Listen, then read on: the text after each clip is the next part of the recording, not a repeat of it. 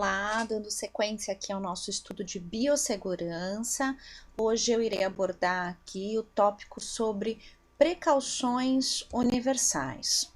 Bem, é sabido, né, que o risco biológico ele pode ser provocado por qualquer agente vivo, né, seja qualquer micro-organismo, seja ele uma bactéria, um vírus ou um fungo, e que qualquer material que entre em contato com esses micro-organismos se torna algo infectante, né? Por isso que a gente usa essa simbologia anteriormente demonstrada, que está aqui no topo dessa aula, aqui no canto esquerdo, que é para demonstrar tudo aquilo que possa oferecer esse risco biológico, né, esse risco infectante. E para minimizar, né, esse contágio e até para minimizar esse risco biológico, devem ser aplicadas as chamadas precauções universais. Essas precauções universais, né, elas já foram bem determinadas já há muitos anos, né, desde 1985, e elas se baseiam na aplicação das chamadas precauções padrão. Essas precauções padrão, elas foram publicadas já no Centers for Disease Control de 1985, né, que estipula como que deve ser realizada a aplicação dessas precauções padrão. Bom, primeiramente, né, ela fala muito sobre a utilização dos equipamentos de proteção individual, os chamados EPI. Sempre quando houver, né, a possibilidade de contato, seja com sangue ou com qualquer tipo de secreção ou excreção de fluidos corpóreos. Também ela preconiza o uso dessas EPIs quando tiver contato com pele não íntegra, né? Então aquela pele que tem algum tipo de ferida, algum tipo de lesão, e mucosa com exceção do suor. Então a única que não exige a utilização de um EPI, né, é quando tem a presença do suor. Todas as outras é necessário sim. Bom, então ela se baseia, né, esse sistema de precauções, ele se baseia na possibilidade de você evitar a transmissão de alguma doença e com isso minimizar esses riscos biológicos. Então a gente parte do princípio, né, que esses EPIs, esses equipamentos de proteção individual, eles devem nos proteger contra qualquer partícula em aspersão, né, algum aerosol, gotículas diversas, bem como contato direto que possa levar à contaminação por sangue, secreções, excreções que seja, né? Então a gente tem que minimizar nesse aspecto. Quando a gente fala em aerosóis, né, a gente está se referindo, por exemplo, as secreções, a partículas virais ou mesmo bacterianas que podem estar presentes em suspensão no ar. Geralmente, né, nesses casos, a transmissão ela se dá por via aérea, né, através das chamadas microgotículas. Então, é o caso, por exemplo, de uma tuberculose, de uma varicela, de um sarampo, até mesmo de uma gripe, né, entre outras. Bem, as gotículas, né, é quando elas apresentam de fato, né, uma contaminação e que requer um contato próximo. Veja que aqui, na forma de aerosol, ela pode resistir no meio, no ar ou em objetos por um tempo maior até, né? Eu tenho a transmissão por via aérea, né, utilizando essas microgotículas, mas elas podem ficar ainda no ar por um tempo maior. Quando eu falo dessas gotículas, né, eu tenho que partir do princípio que o indivíduo, por exemplo, ele está infectado, ele espirra, né, e quando ele espirra, ele acaba naquele momento promovendo o contato daquele micro-organismo no indivíduo. Então, normalmente isso requer um contato mais próximo.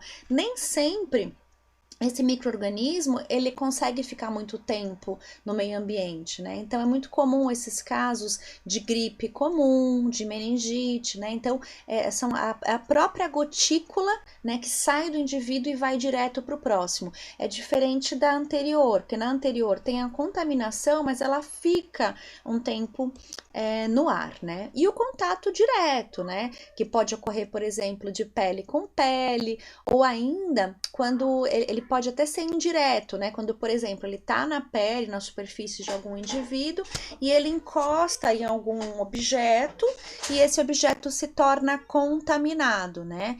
Então, necessariamente tem que ter o contato direto com o objeto.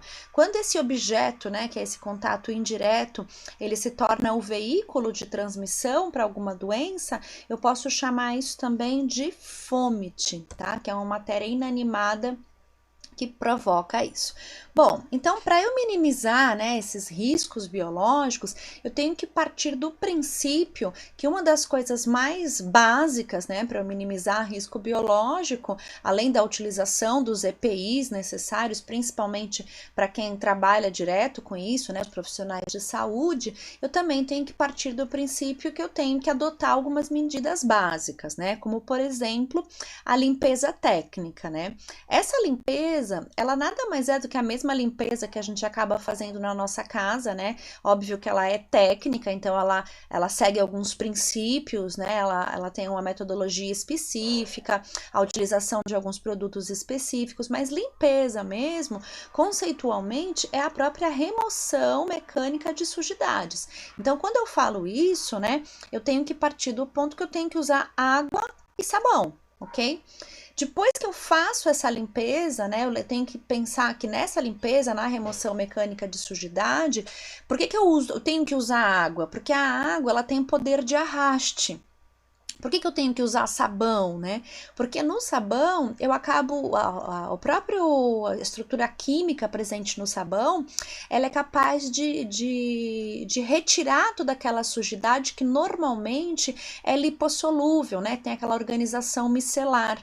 Então, quando eu uso o sabão associado com a água, a chance de eu remover, né, aquela sujeira que fica incrustada, principalmente em matéria inanimada, mas a gente pode aplicar isso também nas nossas mãos, por exemplo, é muito maior. Então, para limpeza, a gente parte do princípio que água e sabão é fundamental. E depois que eu faço a limpeza, é que eu posso partir para minha próxima etapa, que é a desinfecção. Na desinfecção, eu quero eliminar micro-organismo. Então, seria a mesma coisa que a gente pensasse assim: lavo com água e sabão, né? Passo lá o escovão, faço força mecânica, jogo um balde de água e depois eu desinfeto.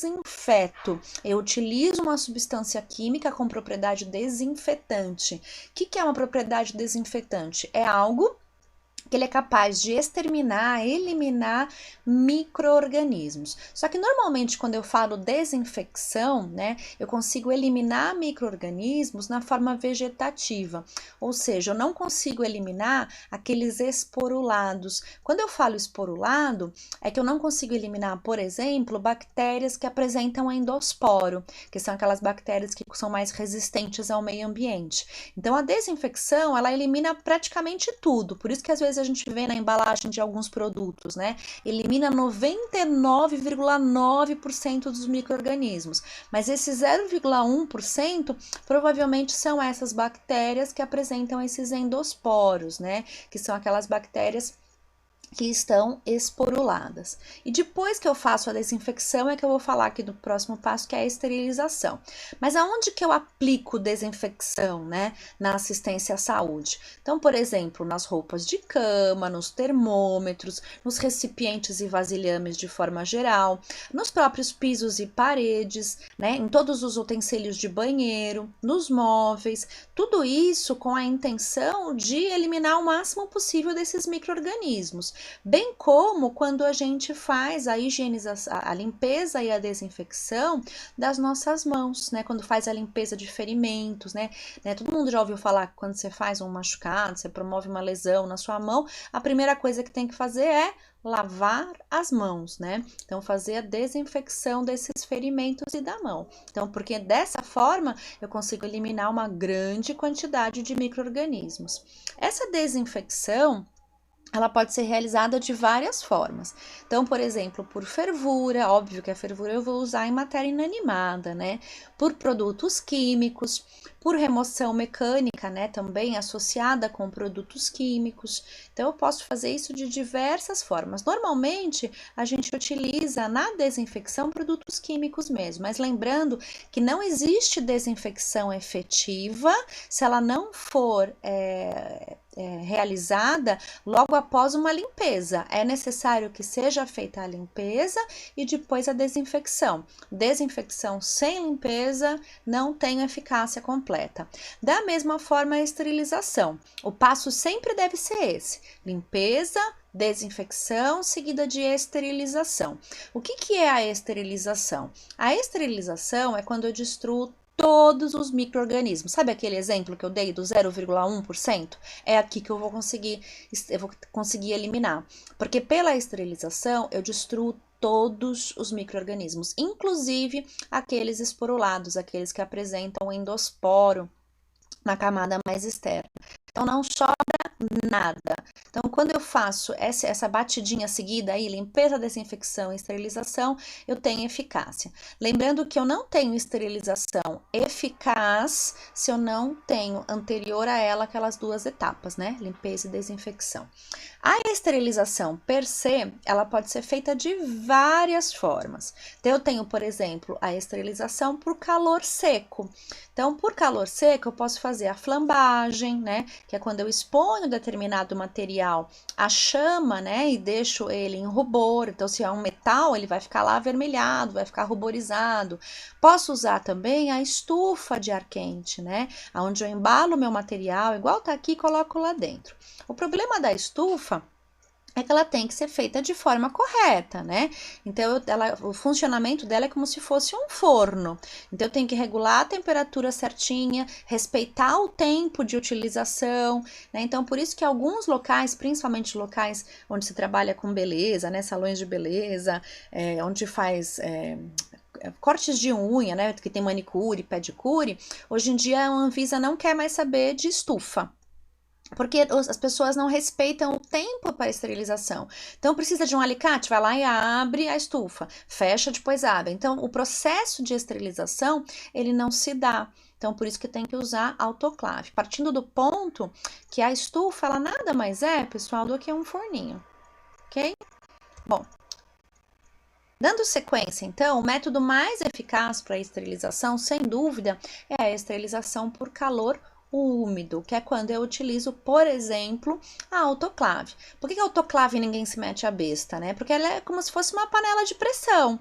Então, quando eu elevo lá a temperatura de 121 graus, porque o ciclo de uma esterilização em autoclave é de 121 graus por 15 minutos, em pressão. Então, ninguém vai querer abrir essa panela de pressão gigante aí para pegar um alicate e fechar de novo. Você não vai explodir na cara da pessoa. Então, quando eu uso, de fato, a autoclave, ela termina o ciclo. Eu consigo, de fato, esterilizar.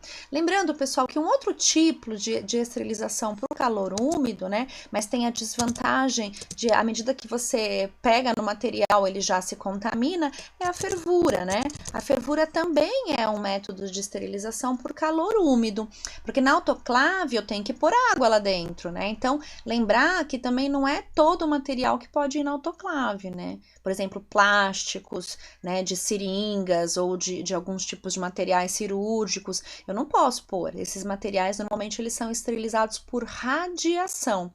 Pode ver que ele vem já até na embalagem, vem escrito como que ele é esterilizado, ok? Bom, dando sequência, então, a gente tem que lembrar da importância da higienização das mãos, né? Então, higienizar as mãos também é outra precaução padrão para todo profissional de saúde, porque as mãos, né, para nós, seres humanos, é o principal veículo de transmissão de riscos biológicos, né, de micro-organismos. Então, principalmente para os profissionais de saúde, né, que fazem os exames, que tocam nas pessoas, né, ela é um veículo de transmissão super importante, mas a verdade é que para todos é.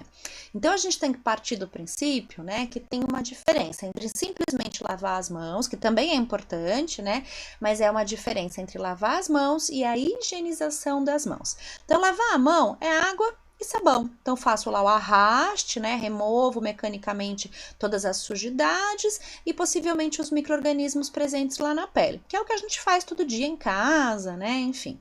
E o que é a higienização das mãos? É quando eu faço essa lavagem das mãos, mas eu utilizo um degermante, eu utilizo um sabão antisséptico, por exemplo. Então, com isso, além de eu remover mecanicamente a sujidade, eu diminuo muito essa carga microbiana, né?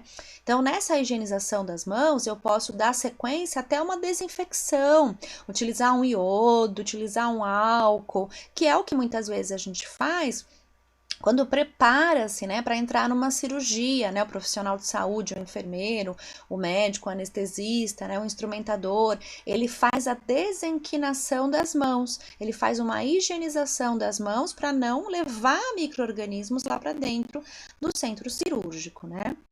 Bom, essa higienização das mãos, né, eu tenho que partir do princípio que eu tenho que usar substâncias específicas, né? Então, eu vou usar água e sabão e posso utilizar uma preparação alcoólica, porque dessa maneira eu lavo, né, eu faço a limpeza e a desinfecção. A desinfecção, ela pode ser feita tanto com a preparação alcoólica, normalmente a 70, né, é uma diluição interessante, ou com algum outro tipo de antisséptico, né? Posso usar já um sabão degermante? Posso.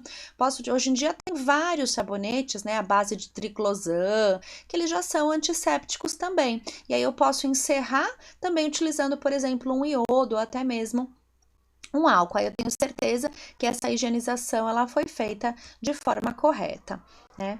Bom, o uso da preparação alcoólica, né? O ideal é que ela seja realizada sempre antes e após o contato com o paciente, né? Porque isso vai proteger não só o paciente, mas como o próprio manipulador. Quando eu trabalho, por exemplo, com atendimentos de emergência ou mesmo em centros cirúrgicos, eu tenho que fazer a utilização dessa preparação alcoólica antes e após a remoção das luvas. Né? Como antissépticos, como eu já falei, eu posso utilizar os chamados degermantes, né? Que eles associam esses detergentes, são aqueles que fazem espuma como antissépticos, e existem vários, né? Eu dei o exemplo aqui do a base de triclosan, que é super bacana para usar, mas existem muitos outros, né? A base de clorexidine também. E essa utilização, essa higienização das mãos de forma antisséptica, ela é super importante, né? No caso de surtos, né? Surtos epidêmicos, surtos pandêmicos, né? É super importante porque eu minimizo a chance de propagação desses micro-organismos, né? Então é realmente muito importante. Além, é claro, de promover a disseminação entre pacientes para aqueles indivíduos que trabalham na área da saúde. Bom, a Anvisa ela estipulou desde 1999 que em ambientes de saúde na verdade até em restaurante hoje já tem essa recomendação, já é uma exigência, né? Mas começou isso principalmente em ambientes de saúde e depois isso se levou para outros locais também. Tudo que requer fiscalização da vigilância sanitária, eles exigem que seja utilizado exclusivamente sabonetes líquidos do tipo refil. Por que não pode usar sabão em barra, né? Porque o sabão em barra, ele tem a tendência de acumular alguns micro-organismos, né? Então, por exemplo, hepatite, né? Então, se o indivíduo vai ao banheiro, ele se contamina a mão, no momento que ele vai lavar, se aquele sabonete em barra, ele tem algumas ranhuras, né? Algumas aberturas, no momento que ele lava a mão, ele pode contaminar o sabonete. Entendeu? Então, por isso que eu tenho que usar o sabonete líquido do tipo refil, que assim eu não preciso ficar entrando em contato o tempo todo com com os micro-organismos da pessoa que passou por lá anteriormente a você. Como substâncias antissépticas, né, que é super importante a utilização, como eu já falei, tem vários no mercado, né, os à base de clorexidine, de iodo, o próprio triclosan, que é super popular, e mesmo o álcool, né. A desvantagem do álcool é que ele resseca um pouco a mão, então a gente também tem que tomar um pouco de cuidado, né, de após realizar esse procedimento antisséptico, de sempre pensar também na hidratação dessa mão, dependendo do produto que você utiliza, porque uma mão desidratada ela também se torna alvo para infecções recorrentes, né? Para entrar em contato com micro-organismos e ter infecções. Então, é importante pensar nesse sentido também.